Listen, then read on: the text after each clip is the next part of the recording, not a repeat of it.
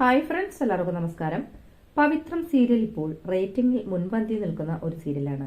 അതിലെ ഒരു പ്രധാന കഥാപാത്രമാണ് വിക്രത്തിന്റെ അമ്മിണി മുത്തശ്ശി. അമ്മിണി മുത്തശ്ശിയെ കുറിച്ചാണ് ഈ വീഡിയോയിലൂടെ പറയാൻ പോകുന്നത്.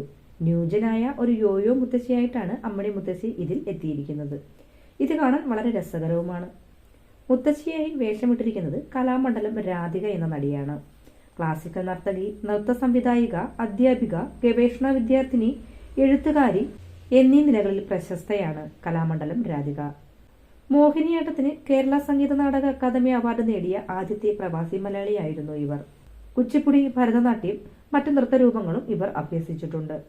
3-ാം വയസ്സിൽ നൃത്തം അഭ്യസിക്കാൻ തുടങ്ങിയ ഇവർ മുട്ടാർ ശ്രീ നാരായണ പണിക്കരിൽ നിന്നും കഥകളിയും ഗുരു പൊന്നയൻ പിള്ളയിൽ നിന്നും മൃദംഗവും അഭ്യസിച്ചു. ഇന്ത്യയിലും വിദേശങ്ങളിലുമായി ദേശീയ, അന്തർദേശീയ തലങ്ങളിൽ 2000-ലധികം പ്രോഗ്രാമുകൾ നടത്തിയിട്ടുണ്ട്. മാത്രമല്ല, യുനെസ്കോ ഇന്റർനാഷണൽ ഡാൻസ് കൌൺസിൽ അംഗം കൂടിയാണ് Radhika. Mohiniyattam, the lyrical dance of Kerala and മുദ്ര എന്നിവ കലാമണ്ഡലം രാധികാമ്മയുടെ രചനകളാണ്. കൂടാതെ നിരവധി സിനിമകളിലും അഭിനയിച്ചിട്ടുണ്ട്.